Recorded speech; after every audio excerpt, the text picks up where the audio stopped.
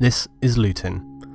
Now today we're going to have a little look here at some screenshots from the upcoming Armoured Kill DLC, which will be the one coming after CQC in September. And not wanting to rest on my laurels from the vids I've been making, I thought I would bring this to you guys. I don't normally like doing these screenshot ones. Take note in the top right there, the AC-130 gunship. Now this is obviously going to be some intense firefights. It's also promising to be one of the biggest maps ever for Battlefield, and we can see later on from a screenshot of some PC gameplay just how big it is.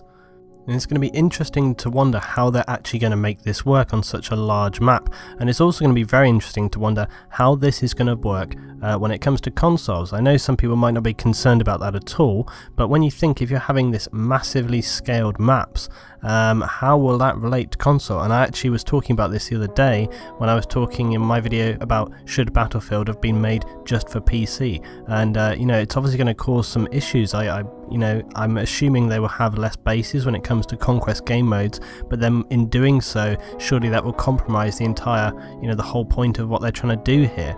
The other interesting thing to think about, it's funny because I actually had said previously to some people, I was saying how cool it would be, when you're just talking about games, and we were saying like, oh, it'd be epic, wouldn't it, if we could have an AC-130. Never thought that they would actually do it, and you can see from these maps the kind of gameplay we're going to have. There's obviously some buildings there, there's plenty of stuff on the ground to have infantry gameplay, so I'm kind of curious as to how this one is going to pan out. Great to hear your thoughts and speculations about this. But when it comes to the AC-130, I'm very curious as to how that's actually going to function. We can see in the last screenshot coming up that there doesn't seem to be a pilot position, there just seems to be two gunner positions. So I'm very curious as to whether that's going to be some kind of maybe sort of fly-by-wire vehicle that's kind of in the air, almost like a kind of stationary support vehicle which just continues to fly around on its own, and you just drop in for the gunner positions. Maybe it can be shot down, maybe not, I don't know. It's all open for speculation. I'm just curious as to the mechanics of how they're actually going to make that work, because you can imagine if you got stuck with a terrible pilot who was just flying around doing nothing, it could be a disaster.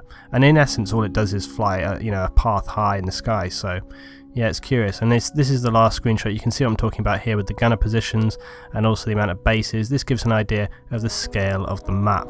So this has been my little video on this, guys, bit of an insight. Leave your thoughts and speculations. Thanks for watching.